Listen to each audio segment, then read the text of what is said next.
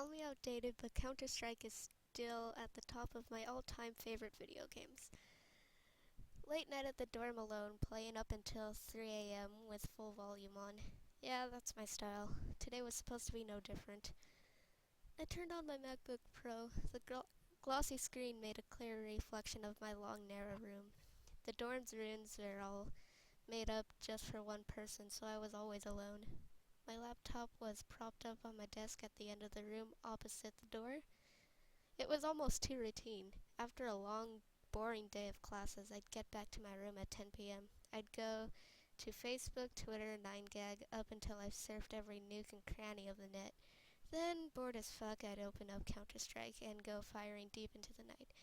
But tonight, while surfing, a friend suddenly messaged me on Facebook. "Hey dude, check out this CS map," Kevin messaged me. As he was a CS addict just like me, I opened the link. The map was called D-Darkness. With my 10 MB per second internet, the map downloaded in a flash.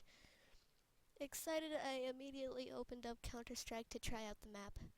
I set it up to play a good old-fashioned 5 versus 5 affair. The map, living up to its name, had many dark areas. Set late at night, only the pale blue shades of the night sky and a few lampposts gave light to the area. Stone walls lined each corridor, filled with long green vines. Dark hallways and tunnels snaked at the center of the map. Around it was an elevated area, perfect for sniping unwary players on the bottom through ceiling holes in the tunnels.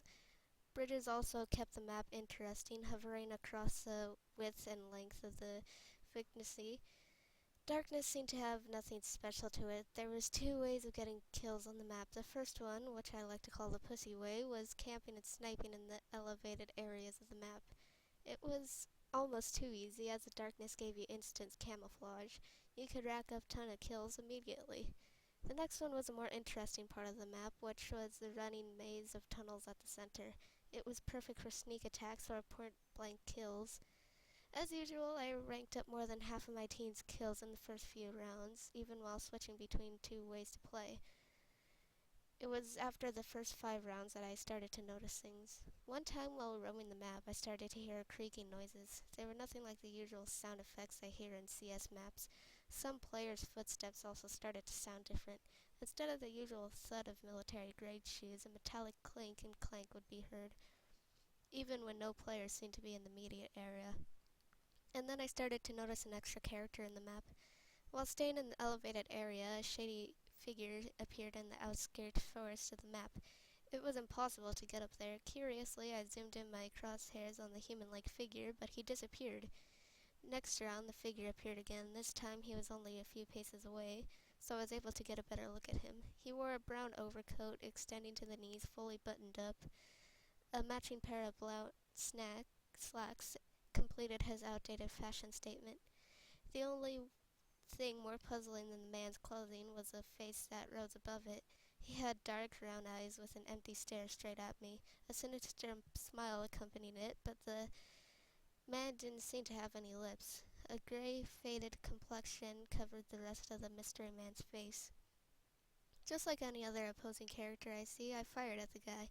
Bullet after bullet aimed straight at his thin, 6-foot body all seemed to have no effect. Before I could try other ways to kill him, another player killed me. Wow, this map has something special after all. An extra character, almost impossible to kill?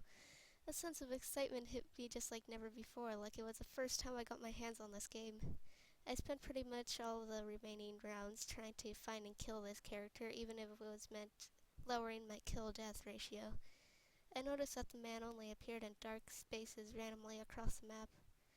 Many times the man would toy with me. When I tried to run at him, he would stand still, but no distance would be made up.